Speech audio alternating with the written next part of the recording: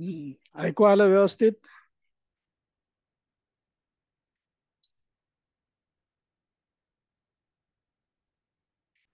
चला बोला आता.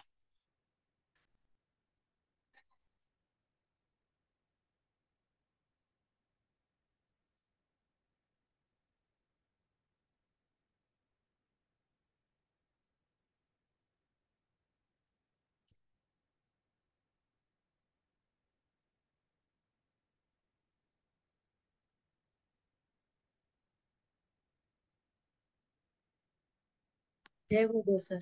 जय गुरुदेव. गुरुदेव सांगतायत की गुरुच्या जवळ सानिध्यात जेव्हा आपण जातो तेव्हा आपण पूर्ण शुद्ध होतो, आपली भावना शुद्ध होते, मन शुद्ध होते आणि एकूणच आपण सुखावतो. त्याचबरोबर गुरुजी अजून आता हे सांगतायत संपता संपता की ज्याच्या मनामध्ये प्रत्येक गोष्ट मिळवण्याची इच्छा असते तो भिकारी आहे, आणि ज्याला काही नको आहे तो तृप्त आहे, तो धनवान आहे, असं गुरुदेव सांगतायत. मग म्हणजे ज्ञानाची प्राप्ती करण्याची इच्छा होणं म्हणजे काय भिकारी लक्षण आहे का? तर गुरुदेव हसले आणि म्हणाले की या विषयावर आपण उद्या चर्चा करू.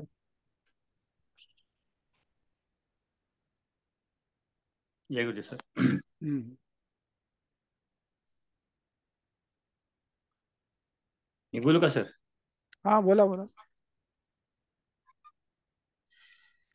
तुम पूर्ण हो या भाग 2 मध्ये गुरुदेव म्हणतात की चैतन्य शक्ति हमारी आत्मा में दिख रही है, संसार में दिख रही है.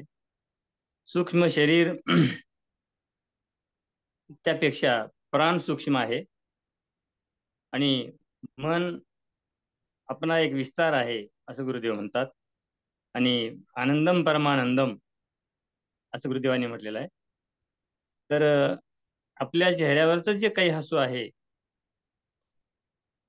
त्याची गहराई म्हणजे खोली यावरूनच दिसून येते कि तुम सुखी हो, तुम आनंदी हो, बंधमुक्त हो, इसलिए तुम पूर्ण हो, ऐसा गुरुदेव कहते हैं. जैसा मति वैसा गति, तुम्हारा अभिमान एक हो गया तो ऐसा ही बनो. अपने आप को कमजोर समझने वाला व्यक्ति कमजोर ही बन जाता है, इसलिए कभी खुद को कमजोर नहीं समझना. सुख दुख में बंधन का अनुभव होता हुआ भी, इसलिए मुक्त हो जाओ. दूसरे ने गुलाम समझा तो आप आपको गुलाम मत समझो, तुम मुक्त हो. जो आत्मा है वही साक्षी है, तुम खुद ही तृप्त हो, इसलिए दूसरा कोई तुम्हारा तृप्ति देने वाला कोई नहीं. धनवान की यही पहचान है असं गुरुदेव म्हणतात.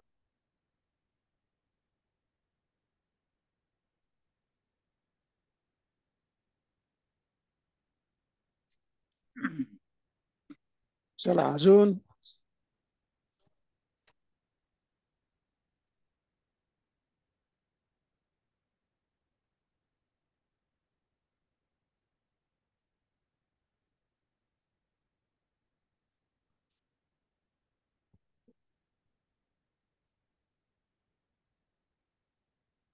बोला अजून बोला.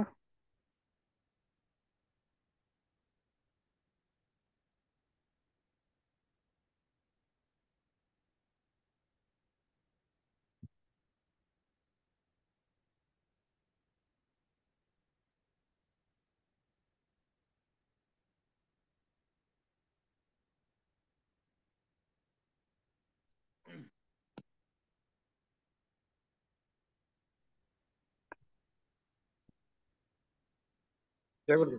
हा जय गुरुदेव बोला. आपण आपण जेव्हा स्थूल रूपात पाहतो तेव्हा सगळे वेगवेगळे वाटतात, आणि जेव्हा सूक्ष्मात जातो तेव्हा आपण एकच आहोत असे असं समजते. आणि जसं आपलं मती राहील तशीच आपली गती राहील असं गुरुदेवांनी सांगितलं. म्हणजे जसे आपले विचार राहतील त्याचप्रमाणे आपली कृती राहील. आपण बंधनात आहोत असं जेव्हा वाटते तेव्हा खरंच आपण बंधनात असतो, परंतु जेव्हा आपल्याला आपण मुक्त आहोत असं वाटेल तेव्हा आपण मुक्त होऊन आणि सुख आणि दुःख हे दोन्ही सुद्धा बंधनात वाटतात, जोपर्यंत आपण त्या सुख दुःख हे याच्या परे आहोत आपण असं कळत नाही तोपर्यंत तसं वाटतंय आपल्याला. आणि बंधन हे चित्ताचंच भ्रम आहे असं गुरुजींनी सांगितलं. आणि आत्मा, साक्षी, चिद्रूप हे सर्व एकाच शब्दाचे एकच आहेत असंही सांगितलं गुरुजींनी. म्हणूनच आपण तृप्त असायला पाहिजे. तृप्त असलो की आपण मुक्त असतो असं म्हणतात. त्यासाठी लहान लेकराचं उदाहरण दिले. एखाद्या निरागस बालकाला जर आपण विचारलं तुला काय पाहिजे, तो लगेच म्हणतो मला काही नाही पाहिजे. तर असं आपण राहायला पाहिजे असं गुरुजींनी सांगितलं. जय गुरु. जय गुरु.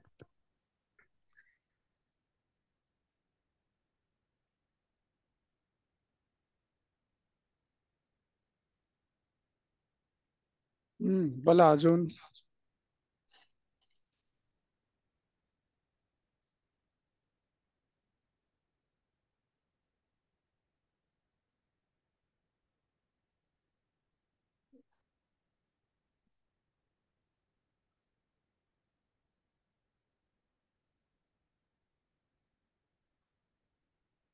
गुरुच्या सानिध्यात राहिल्यानंतर ज्ञान प्राप्ती होते. याचे सुंदर असं उदाहरण मी एक देऊ शकतो सर. वनस्पती परिमूळ चंदन झाला जाण, तैसा भेटे नारायण संत संगी. म्हणजे वनस्पती चंदनाच्या सानिध्यामध्ये असणाऱ्या ज्या काही वनस्पती आहेत त्या वनस्पतीला सुद्धा चंदनाचा सुगंध प्राप्त होतो, असं थोडक्यात म्हटलं तरी चालतं गुरुदेवांच्या म्हणण्याप्रमाणे. बरोबर, करेक्ट.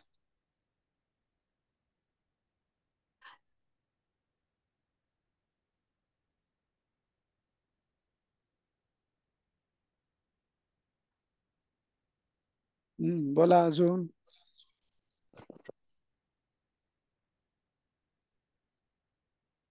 आत्मविश्वास वाढवण्यासाठी सुद्धा एकाने विचारलं की माझा आत्मविश्वास कशाने वाढेल, तर गुरुदेव सांगतात की बाहेरच्या व्यक्तीने सांगितल्यानंतर अजिबात आत्मविश्वास वाढूच शकत नाही. त्याच्या आतमध्येच आहे, फक्त त्याला जाणीव झाली पाहिजे. कारण कुठल्या बाहेरच्या व्यक्तीने सांगल्यानंतर हा आत्मविश्वास कधी वाढत नाही, असं पण गुरुदेव सांगतात.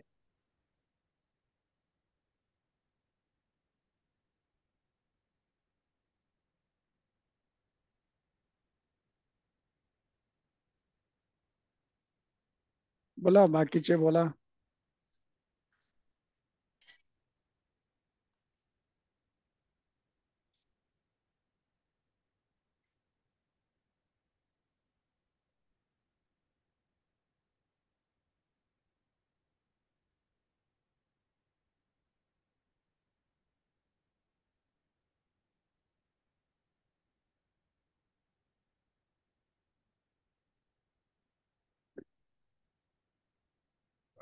कालपर्यंत आपण काय बघितलं?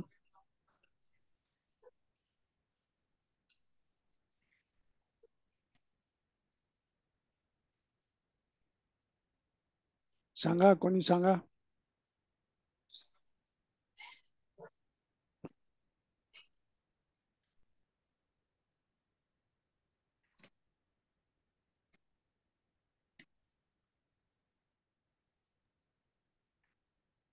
वैराग्यातून सुखाची प्राप्ती कशी होते पहिल्या भागामध्ये. त्यानंतर दुसऱ्या भागात धर्मार्थ कामोक्ष हे 4 पुरुषार्थ. तिसऱ्या भागामध्ये शुद्ध विचार, शुद्ध वाणी आणि शुद्ध कृती. चौथ्या भागामध्ये शब्दरूप रसगंध स्पर्श या पंचेंद्रियांचा योग्य वापर, कुठल्याही विषयात अडकून न पडणे, ज्ञानाचा योग्य तो वापर करणे. आणि पुन्हा हे सहनशीलता अमृता समान आहे. जे क्षमाशीलतेचं उदाहरण या ठिकाणी पृथ्वीचं सुद्धा गुरुदेवाने दिलेलं होतं. म्हणजे क्रोधातून म्हणजे रागातून मुक्ती मिळावी आणि क्षमाशील बनावं, यासाठी नियम, आसन, प्राणायाम, प्रत्याहार, ध्यान, धारणा, समाधी या अष्टांग योगाचाही त्यांनी उदाहरण या ठिकाणी दिलेलं होतं. कारण आपण नेहमी संतुष्ट आणि आनंदी राहिलं पाहिजे असेही गुरुदेव म्हणतात. पुन्हा सत्संगामध्ये संतुष्ट होणं जरूर असतं. आता असंतुष्ट राहण्याची आदत म्हणजे सवय आपण लावून घेऊ नये. सत्य को अमृत जैसे मानो असं गुरुदेव त्या ठिकाणी म्हणतात. समय का असर जिस पर पड़ता है वह सत्य है. त्यानंतर चैतन्य का उदय विश्राम से होता है. रजोगुण, तमोगुण आणि सत्वगुण याही ठिकाणचे उदाहरण त्या ठिकाणी गुरुदेवांनी दिलेलं होतं. मैं कुछ हूं ही जी भावना आपल्या मनामध्ये असते ती आपण मनातून काढून टाकली पाहिजे. पुन्हा पुढील भागात सुखद अनुभव कोणता आहे जीवनामध्ये, तर निंद हा सुखद अनुभव आहे. त्याही पेक्षा पुढे जाऊन समाधीतला अनुभव हा त्यापेक्षा अधिक सुखद आहे, सखोल आहे. आणि समाधीतला सुखद जो अनुभव आहे त्या अनुभवाने आपण आपला अहंकार विसरून जातो आणि तादात्म्य पावतो असं गुरुदेवांनी या ठिकाणी म्हटलेलं होतं. यापुढे जाऊन 9व्या प्रकरणामध्ये गुरुदेवांनी म्हटलं होतं की मैं न करता हूं न भोगता हूं, मैं शूद्र हूं, कौन सी जाति का हूं ये कुछ भी मुझे पता नहीं है, लेकिन हमको सुखी होना है तो पात्र निर्माण सीमित करना चाहिए. त्या ठिकाणी उदाहरण दिलेलं होतं राम आणि रावणाचं दिलेलं होतं उदाहरण. पुन्हा पुढील भागात आहे स्थान बदलने से सुख नहीं मिलता.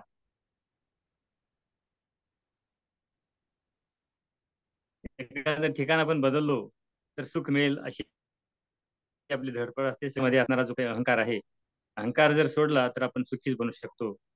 आणि आपल्या मनामध्ये असणाऱ्या जो अहंकाराचा जो भाग आहे त्यातली जी तरलता आहे ती कमी करून आपण अहंकारातून मुक्त होऊ शकतो. त्यानंतर तुम आनंद स्वरूप आहे असं गुरुजी म्हणतात. तुम कुछ भी विशेष नहीं है, निर्विशेष हो. इसलिए बुद्धी शुद्ध, मन शुद्ध असेल तर बुद्धी शुद्ध होऊ शकते असं गुरुदेव या ठिकाणी म्हटलेलं आहे. पुढे आपल्याला शरीर स्वच्छ करायचं असेल तर पाणी आणि साबण या गोष्टीचा आपण वापर करायला हवं.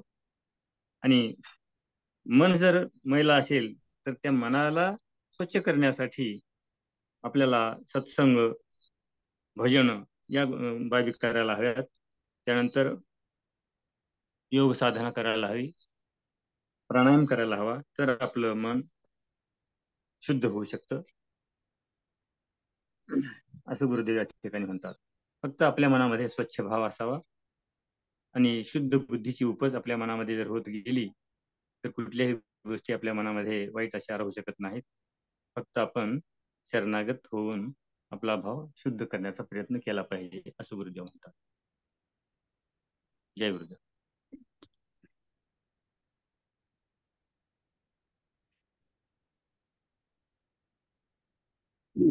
आपल्याला संकल्प जे आहे त्या संकल्पाचा विस्तार कसा आहे आपल्या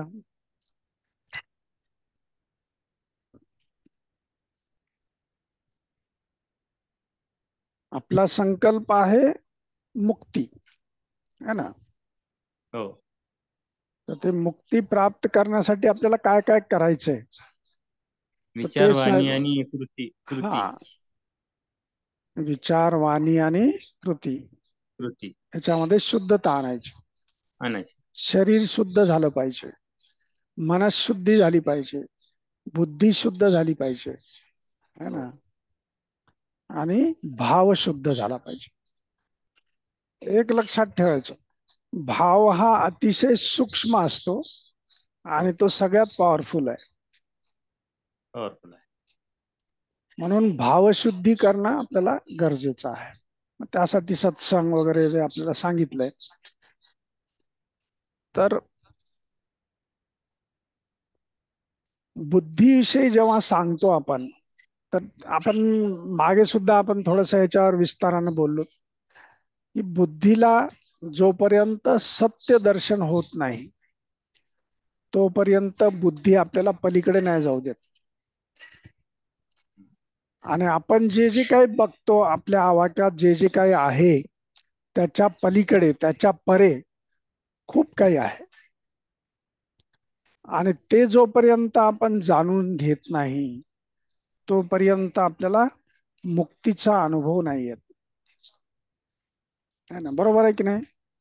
तोपर्यंत नाही येत. नाही तर मग हे संसार, याच्यातलं हे प्रपंच, हे बंधन, हे पंचभूत पंचमहाभूतापासून बनलेलं हे सगळं, त्याच्यानंतर त्याच्यामध्ये नश्वरता आहे, येते जाते, राहते नाही राहत, आहे की नाही? ह्या सगळ्या गोष्टी, सुख आहे दुःख आहे. तर हे मनाचे जे काही पूर्ण विस्तार आहे, तो विस्तार त्याच्या पलीकडे जाण्यासाठी आपल्याला बुद्धी हे महत्वाची. तिथे काय सांगितलंय?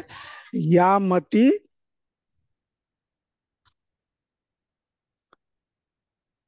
तशी गती, आहे की नाही?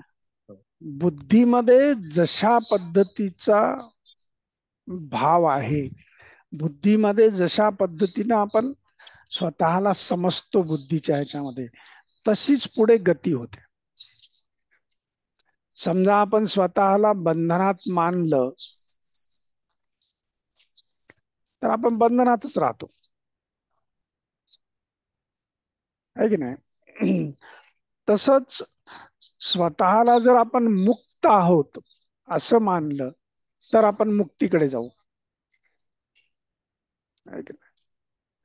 म्हणून जशी मती तशी गती आहे, गती, है ना? मग आता आपल्याला काय करायचंय? तर आपली ही जी मती आहे, बुद्धी आहे, तर या बुद्धीला ज्ञानाच्या माध्यमातून तिचं शुद्धीकरण करायचं, आणि आहे की नाही? त्यासाठी आवश्यक काय आहे? ज्ञान. मग आता हे ज्ञान आपल्याला कसं प्राप्त होईल? आणि एवढी सोपी गोष्ट नाहीये. ज्ञान प्राप्त होणं एवढी सोपी गोष्ट नाहीये. त्यासाठी आपल्याला कशाची गरज आहे? तर गुरुची गरज आहे ना? मग गुरुच्या सानिध्यात जेव्हा आपण जातो, मग त्यावेळेस काय सांगितलं? आपल्याला ज्ञान प्राप्ती होते गुरुच्या सानिध्यात. मुख्य काय होते? बुद्धी, भाव, भाव शुद्ध होतो. हा, बुद्धी, भाव, प्राण, पूर्णता महसूस होते. हा, प्राण ह्याची शुद्धी होते, आणि तिथे आपल्याला तृप्तीचा अनुभव येतो, आहे की नाही? तृप्तीचा अनुभव येतो त्या ठिकाणी, समाधान राहते, तृप्ती राहते. तर हे कुठे होते? गुरुच्या सानिध्यामध्ये गेल्यानंतर. म्हणून गुरु सानिध्याला खूप जास्त महत्व आहे की नाही? मग आपल्या संकल्प विस्तारामध्ये तो एक भाग आहे की गुरुचं सानिध्य. मला सगळं ज्ञान आहे, सगळं आहे, परंतु जर गुरु सानिध्य मला नसेल तर मग मला गती प्राप्त नाही होणार, आहे की नाही? तर मग तोही आपण एक संकल्प ठेवायचा की गुरुचं सानिध्य आपल्याला जास्तीत जास्त लाभलं पाहिजे. मग आता यासाठी काय करायचं?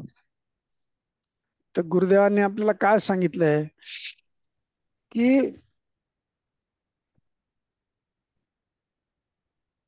मी, माझं आणि तुमचं कनेक्टिव्हिटी केव्हा आहे? सदैव आहे. माझ्याकडून तर आहे, पण जेव्हा तुम्ही साधना करताल, सेवा करताल, सत्संग करताल, तर त्यावेळेस गुरुचं सानिध्य आपल्या जवळ आहे ना? आहे, गुरु सानिध्यात आहोत आपण. आता त्यासाठी ती धडपड करायची गरज नाही आहे की मग आता काय सांगितलं आपल्याला की गुरु सानिध्याशिवाय आपल्याला मुक्तीचा अनुभव नाही येत, मुक्त नाही होत, आपण आत्मस्थित नाही होत. तर मग काय करायची? धडपड करायची. मग एकमेकाला, दुसऱ्याला बाजूला सारायचं, मध्ये घुसायचं, आणि घुसून मग गुरुजींच्या जवळ जाऊन बसायचं आणि सांगायचं, गुरुदेव की मला तुमच्या सोबतच बसायचे, तुमच्या जवळच बसायचंय. आणि त्यासाठी काही माणसांना आपण त्यांना दूर सारून त्यांच्यावर आपण म्हणजे आपल्याला जसं वाटलं तसे आपले हे करून पुढे जायचं, असा अर्थ आहे का त्याचा? नाही, अजिबात नाही, आहे की नाही. गुरुचं सानिध्य हे गुरूंनी सांगितलेले जे काय उपदेश आहेत, गुरुंनी सांगितलेलं जे ज्ञान आहे, गुरुची वाणी आहे, गुरुचे विचार आहेत आणि गुरुची कृती आहे, त्या कृतीवर, त्या वाणीवर आणि त्या विचारांवर जेव्हा मी मार्गक्रमण करतो तेव्हा मला काय आहे? गुरु सानिध्य आहे की नाही? बरोबर आहे की नाही? तुम्ही जर प्रॅक्टिकली तसं करायला गेलात तर मग तुमचं बाकीचं सगळं जाईल आणि तुमच्या वाट्याला दुःखच येईल. त्यांना असे खूप माणसं आहेत फिजिकली गुरुच्या सानिध्यामध्ये असतात, सानिध्यामध्ये म्हणजे गुरुच्या सोबत असतात फिजिकली, परंतु त्यांना ज्ञान प्राप्ती होत नाही, आहे की नाही?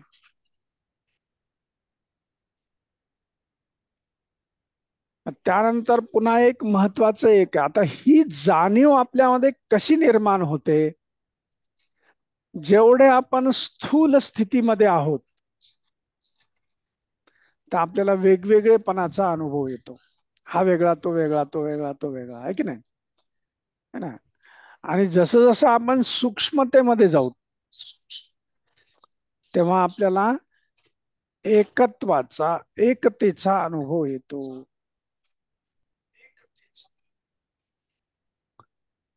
आणि हा एकतेचा अनुभव कुठे आहे? सूक्ष्मतेमध्येच आहे. स्थूलतेमध्ये तो नाहीये. मग मन जेव्हा आपल्या स्थूल जेवढ्या काही बाबी आहेत त्याच्यामध्ये जर जास्त रममान होत असेल तर मग आपल्याला हे ज्ञान प्राप्त होणार नाही. तर त्यासाठी मनाला कुठे घेऊन जायचंय? त्या सूक्ष्मतेमध्ये घेऊन जायचं, आहे की नाही? आणि मग त्या सूक्ष्ममध्ये ते मध्ये जेव्हा गेलो तेव्हा मग काय सांगतात गुरुदेव की आत्मा, साक्षी, चिद्रूप हे सगळं काय आहे? एकच.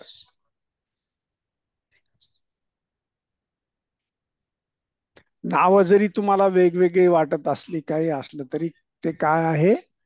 एकच आहे, एकच आहे. है की नाही?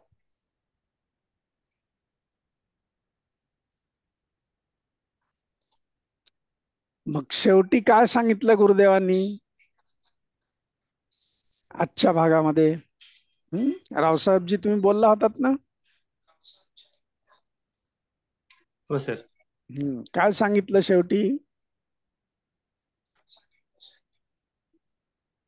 शेवटी दुसऱ्यांना गुरुदेव आपल्याला म्हणाले गुलाम की समजलं तर आपण गुलाम नसतो आणि आपण मुक्तच आहोत आणि मुक्त हो जाओ.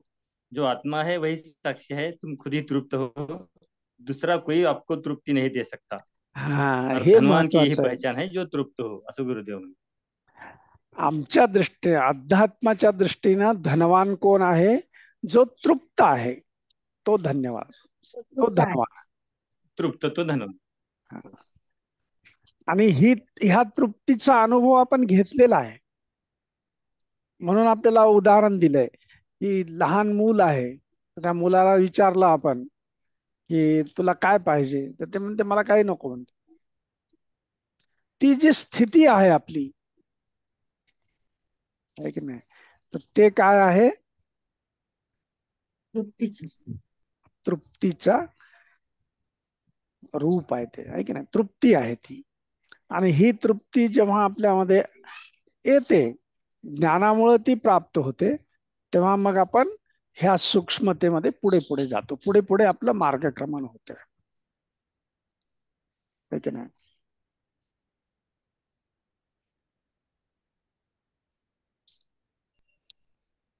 तर आता आपल्याला ह्या संकल्पामध्ये आपला विस्तार कसा आहे की सुरुवातीला आपल्याला शरीर आहे आपलं, शरीराकडे बघायचं. शरीर आपलं कसं असलं पाहिजे? शुद्ध असलं पाहिजे, स्वच्छ निरोगी असलं पाहिजे, स्वच्छ असलं पाहिजे. असलं पाहिजे. सगळेजण करणार हे. हो. शरीराकडे दुर्लक्ष नाही करायचं.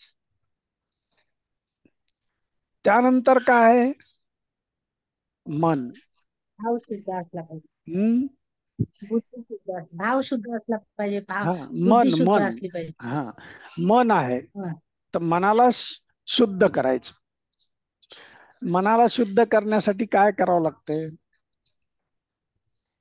मेडिटेशन करावं लागतंय, ध्यान करावं लागतं. ध्यानाशिवाय मनशुद्धी नाही होत. त्याच्यामध्ये जे जे काही कचरा आहे सगळं ते निघून जाण्याची प्रक्रिया जेव्हा आपण ध्यानामध्ये बसतो तेव्हा होते, आहे की नाही? त्यानंतर आहे बुद्धीची शुद्धता. तर त्यासाठी आपल्याला ज्ञान आवश्यक आहे. ज्ञानामुळे काय होते? बुद्धी शुद्ध होते, बुद्धी शुद्ध. है ना. आणि त्यानंतर काय आहे? भाव शुद्ध करायचा. वाणी शुद्धता पण आहे. हा, वाणीची शुद्धता आहे, विचारांची भाव शुद्ध झाला की विचारांमध्ये शुद्धता येते. विचार शुद्ध झाले की वाणीमध्ये शुद्धता येते. आणि वाणी शुद्ध झाली की कृतीमध्ये शुद्धता येते, आहे की नाही? तर आपलं महत्वाचं काय आहे? भाव शुद्ध असला पाहिजे.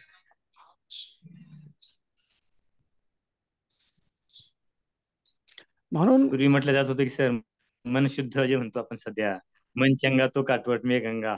तसं मन हा शुद्ध असेल, मन स्वच्छ असेल तर आपल्यामध्ये कुठल्याच प्रकारची कमतरता भासत नाही. हा, गुरुजी ज्ञानाचा प्रवाह आपल्याकडे वाहतोच. यस.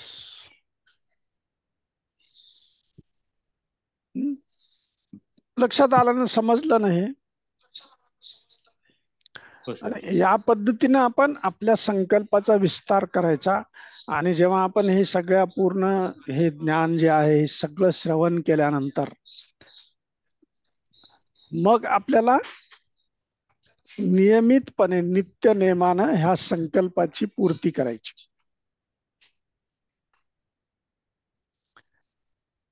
आता आपल्याला काय सांगतायत? कुठे कुठे आपली गफलत होते, है ना? सगळ्या गफलत आपले ज्या ज्या ठिकाणी आपण अडकतो, गफलत होते, तर ते सगळं विस्तारानं सांगतायत. तुम्ही इथे इथे अडकता, इथे इथे अडकता, आहे की नाही? बरोबर आहे की नाही? कुठे कुठे अडकतो ते सगळं सांगितलंय आपल्याला. हो हो.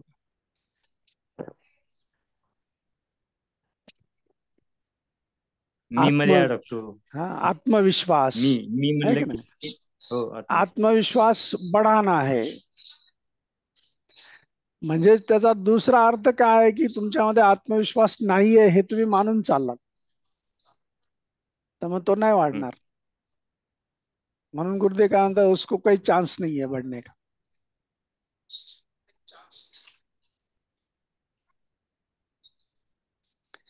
तसंच आहे, जर समजा तुम्ही स्वतःला बंधनात मानत असताल, मी बंधनात आहे, बंधनात आहे, बंधनात आहे मानत असाल, तर मुक्ती नाही मिळणार. तर सगळ्यात आधी काय मानावं लागेल? की मी मुक्त आहे. मी काय आहे? मुक्त आहे. बंधन मुक्त आहे मी. मुक्त आहे. तू बंधनात मानल्यानंतर मुक्ती मिळेल कशी, आहे की नाही? आत्मविश्वास नाहीये असं मानलं तर आत्मविश्वास कसा प्राप्त होईल? नाही होणार. तसंच बंधनामध्ये आहे हे जर मानत गेलो तर बंधनातच राहणार. मग जसं छान सांगितलं गुरुदेवांनी की जिकडे तिकडे गेलं तिकडे बंधनच आहेत. आश्रमात गेलं तरी सुदर्शन क्रिया करो, सुबह उठो, ब्रेकफास्ट करो, फिर जो जो दिन भर करने को बोलते हैं वो सब करो, है ना? और खाना जो खिलाए वही खाना खाओ. है? होता है ना ऐसा? होता है कि नहीं ऐसा? अगर आप मानते हो बंधन है तो फिर बंधन में ही रहोगे, कहीं जाओ कहीं भी जाओगे तो बंधन में रहोगे। तो पहले ये मान लो कि आप मुक्त हो।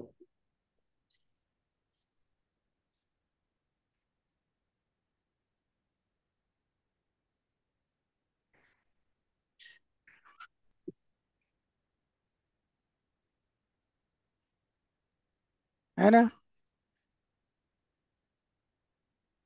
हो सर. आणि काही समजा छान आहे सर. तुम्हाला, हा छान आहे की नाही? छान आहे. जसं जसं आपण खोलात जाऊ तेवढं अधिक समजत जातं. हा, हा. फक्त आपण निष्ठेनं हे ऐकलं पाहिजे. निष्ठेनं ऐकलं पाहिजे. म्हणून पहिल्या दिवशीच म्हणलं मी, आपण एक संकल्प करायचा. काय आतमध्ये दृढ संकल्प असेल तर कुठलाही अडथळा आपल्याला काहीही करू शकत नाही, काहीच करू शकत नाही. आतला दृढ संकल्प महत्वाचा आहे.